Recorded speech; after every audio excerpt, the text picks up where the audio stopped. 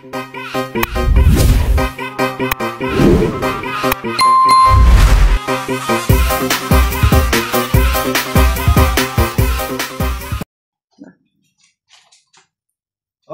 assalamualaikum, selamat pagi.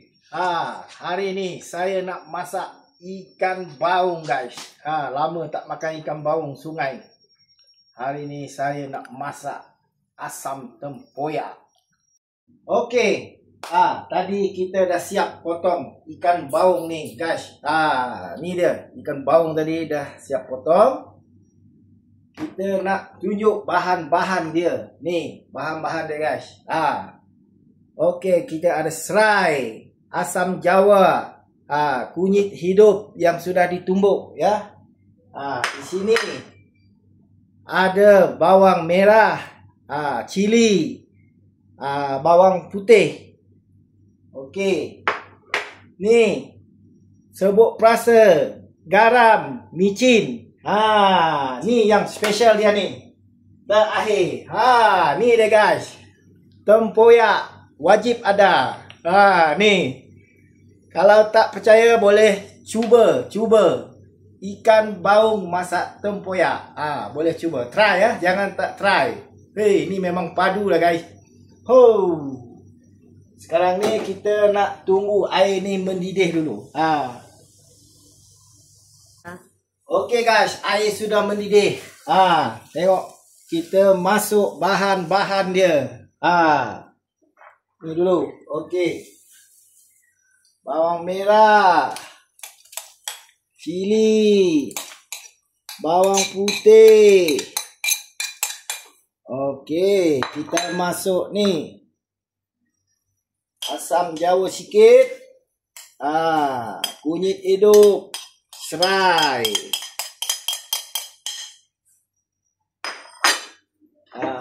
Ni kita masuk sekali lah, tak apa. Serbuk perasa, garam, micin masuk sekali. Okey guys. Masuk tempoyak ni. Terakhir ni. Ni wajib ni. Tak boleh lupa ni, tempoyak.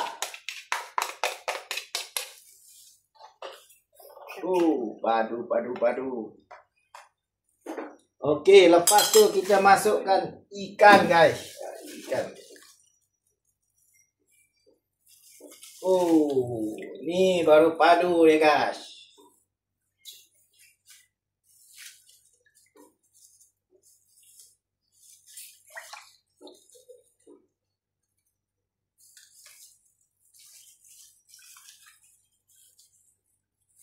Kepala ikan baung monster.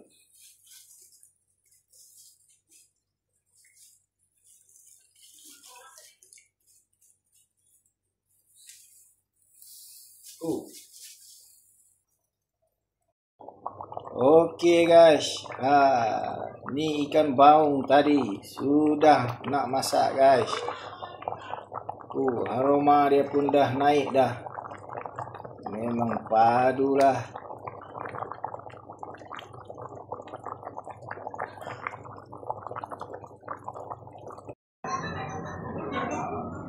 Okey guys, kita nak rasa ikan baung tadi. Dah masak ni.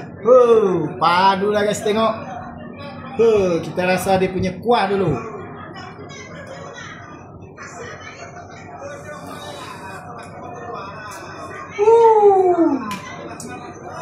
Memang padulah.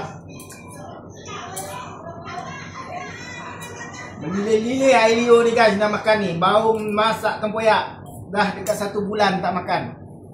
Tengok dia punya isi.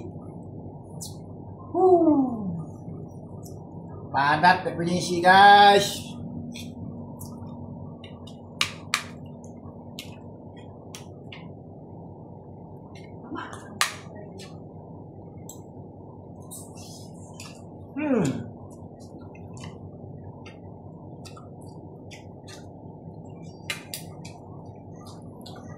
Tak tahu nak kata apa guys. Memang padu. Tak percaya boleh cuba.